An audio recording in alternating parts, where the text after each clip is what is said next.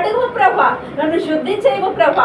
ఎంత చక్కని ప్రార్థన దావీదు చేస్తూ ఉంటాడు కదా. మరి మనం కూడా ఆ విధమైన ప్రార్థన మనము చేయగలగాలి. ప్రభా, నాలో ఏదైనా లోపం ఉన్నదేమో, నాలో ఏదైనా వ్యర్థమైనది ఉన్నదేమో, నేనేదైనా ఆశిస్తున్నానేమో, దానిని దయతో తొలగించు ప్రభా అని మనం దేవుని సన్నిధిలో ప్రార్థన చేసేవారుగా ఉండాలి. ప్రేమ దేవుని బిడ్డరా, మరి ఎక్కడ మందిరంలోనే ప్రార్థిస్తేనే దేవుడు వింటాడని కాదు, ఇంట్లో మోకరించి ప్రార్థిస్తేనే దేవుడు వింటాడని కాదు. నువ్వు ఎక్కడ ప్రార్థన చేస్తున్నావో అది దేవుని సన్నిధి అని, అది పరిశుద్ధ స్థలము అని నువ్వు అనుకొని ప్రార్థన చేస్తే దేవుడు అక్కడ నీతో మాట్లాడతాడు. మోషే అరణ్యంలో ఉన్నప్పుడు పొదలో దేవుడు కనపడి మాట్లాడలేదా? ఆ పొద పరిశుద్ధ స్థలంగా దేవుడు మార్చలేదా?